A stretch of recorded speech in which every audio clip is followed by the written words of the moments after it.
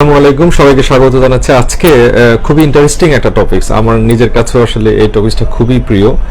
সেটা হচ্ছে যে ন্যাচারাল বাইপাস। ধরেন বিষয়টা এরকম যে আপনার হার্টে ব্লক হয়েছে, হাতে পায়ে ব্লক হয়েছে, অটোমেটিক্যালি আবার আল্লাহ বাইপাস করে দিয়েছেন। ঠিক সেই বিষয়টা নিয়ে কথা বলতে চাই।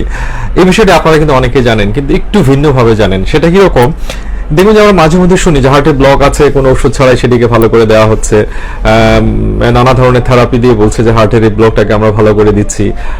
আবার এরকম শুনে থাকবেন যে অনেকের হার্টে সবগুলো ব্লক আছে, 100% ব্লক, মানুষটা কিন্তু দিব্যি বেঁচে আছে।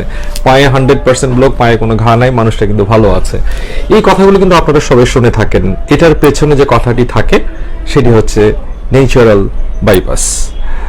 সে বিষয়টি নিয়ে আমার মনে হয় যে আপনাদের সাথে একটু শেয়ার করা দরকার, কারণ এই বিষয়টা যদি আপনারা জানেন, হার্টের ব্লক থাকলে কিংবা পায়েও ব্লক থাকলে দেখবেন যে দিব্যি আপনি কোনো ধরনের অপারেশন ছাড়াই অনেকাংশে সুস্থ থাকবেন, কিংবা অপারেশনের পর খুব দ্রুত সুস্থ হয়ে উঠবেন এবং আপনার পুনরায় যে ব্লক হওয়ার সম্ভাবনা অনেকাংশে কমে যাবে। এই বিষয়টিতে যাওয়ার আগে আপনাদের একটা কমন জিজ্ঞাসা এবং কমন ঘটনার সঙ্গে পরিচয় করিয়ে দিই। সেটি হচ্ছে হার্টের অপারেশন করার পর কিংবা পায়ের বাইপাস অপারেশন করার পর আপনারা জানেন যে হার্টে যেরকম ব্লক হয় পায়েও ব্লক হয়। হার্টে যেরকম আমরা রিং পরাই বা স্ট্যান্ডিং করি, পায়েও রিং পরাই বা স্ট্যান্ডিং করি। এখন কমনলি কি হয় যে অপারেশন করার পরে রোগীরা একটু হাঁটাচলা করতে চান না, বাট ডাক্তার কিন্তু একদম লিখিত দেন যে আপনাকে প্রতিদিন এত মিনিট ব্যায়াম করতে হবে, এতক্ষণ হাঁটতে হবে। আমরাও ভাস্কুলার সার্জনরাও বলি যে হাঁটতে হবে, ব্যায়াম করতে হবে। তো হাঁটলে বা ব্যায়াম করলে কি লাভ? সাধারণ মানুষের ধারণা কি? তারা মনে করে যে হাঁটলে আমার প্রেশার কন্ট্রোলে থাকবে, কোলেস্ট্রল কন্ট্রোলে থাকবে, হার্ট ভালো থাকবে, রক্তনালী ভালো থাকবে। কিন্তু যদি আমাকে জিজ্ঞেস করেন যে আপনার ভিডিওর সাথে এই কথাটার মিল কি, এই ভিডিওর সাথেই ওই কথাটার পুরোপুরি মিল আছে। হাঁটলে আপনার কি লাভ হবে? ওই যে বললাম ন্যাচারাল বাইপাস। অপারেশনের পর যদি আপনি রেগুলার এক্সারসাইজ করেন বা রেগুলার হাঁটেন বা হালকা জগিং করেন, আপনার ন্যাচারাল বাইপাস হবে।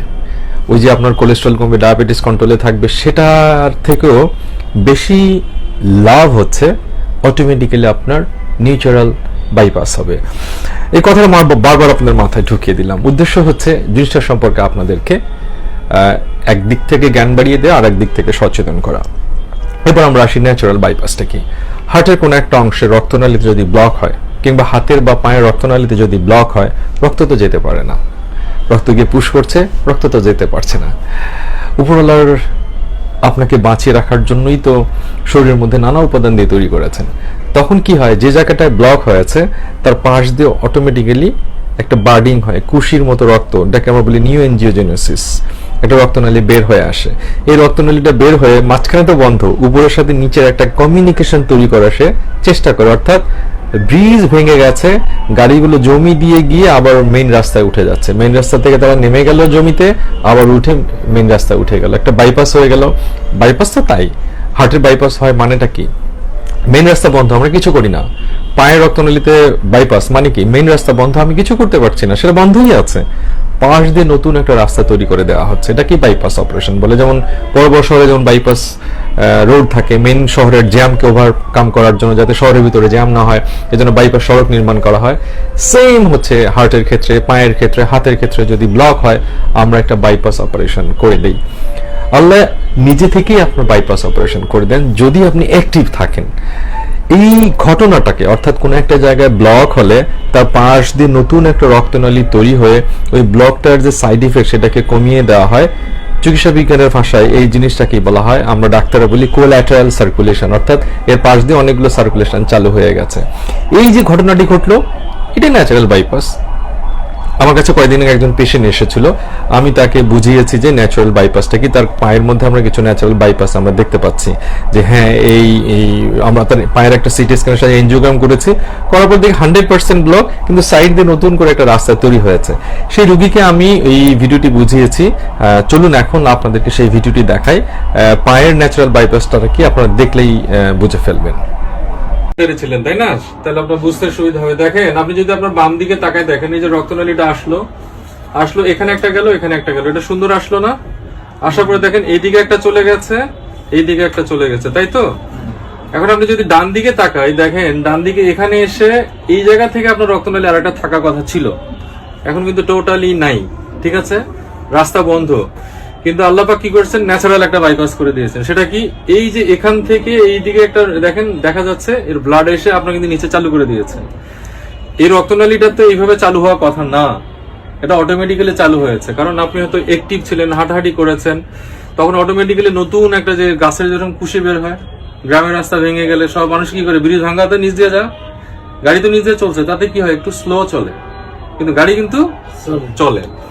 এবার হাঁটুর নিচে এসে দেখেন একই অবস্থা, এখানে আপনার এই দিকের রাস্তাটা টোটালি নাই, এখানে যেরকম এটা সুন্দর আছে এখানে কিন্তু নাই, কিন্তু এর নিচে এসে দেখেন আবার এর সাথে কানেকশন করে দিয়েছে, কানেকশন করে একে আবার চালু করে দিয়েছে। So this is natural bypass. ছবিতে মোটামুটি আপনারা, আমার ধারণা যে আপনারা ভালোই বুঝতে পেরেছেন যে ন্যাচারাল বাইপাসটা কি। এই যে ন্যাচারাল বাইপাসটা আপনারা দেখলেন, এটি হার্টে হয়, এটি হাতে পায়ে হয়, সব জায়গাতেই হয়। সে কারণে দেখবেন যে একজন মানুষের 100% ব্লক আছে কিন্তু তার হার্ট অ্যাটাক হয়নি। একজন মানুষের হাতে পায়ে 100% ব্লক আছে, তার পায়ের কোনো ক্ষতি হয়নি। আমাদের কাছে অনেক সময় রুগীরা আসে পায়ে 100% ব্লক, আমরা রুগীকে বলি যে অসুবিধা নেই, আপনার 100% ব্লক হয়েছে তো কি হয়েছে, আপনি কি হাঁটতে পারছেন? বলছে আমি পারি, 10-15 মিনিট হাঁটতে পারি। আইলে যে পায়ে কোনো ঘা আছে বলে ঘা নাই, আর তার পায়ে 100% ব্লক থাকুক, আপনি তো 10 মিনিট হাঁটতে পারছেন, সো আপনার অপারেশনের কোনো দরকার নেই।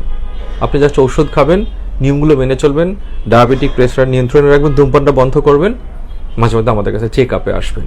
রুগীরা ভয় পেয়েছে, ওরে বাবা 100% ব্লক, 100% বন্ধ হয়ে আছে, আমি কিভাবে বাঁচবে? তো আমরা বলি যে না, কোনো ভয় নেই, কারণ আপনার ন্যাচারালি আল্লাহ পাক একটা বাইপাস করেছেন, যেমনটা আপনার রুগীর দেখেছেন যে বাইপাস করেছেন, তার ক্ষেত্রে আমরা অপারেশন করিনি।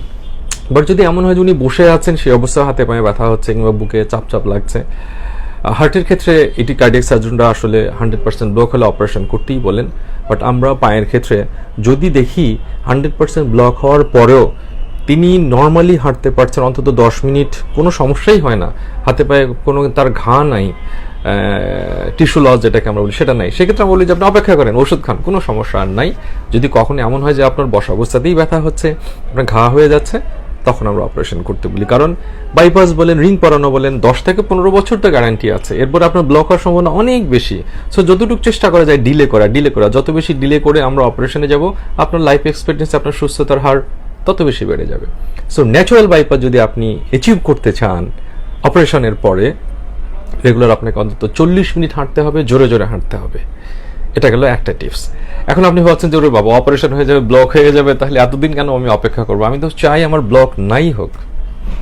এখন থেকে হাঁটা শুরু করুন, আজকে থেকে সপ্তাহে অন্তত 5 দিন ঘাম ঝরানো হাঁটা অথবা হালকা জগিং 40 মিনিট করে, দ্যাটস এনাফ। দেখবেন যে আপনার হার্টের বলেন, হাতে পায়ের বলেন, ব্রেইনের বলেন, একাধিক ন্যাচারাল বাইপাস তৈরি হয়ে যাবে।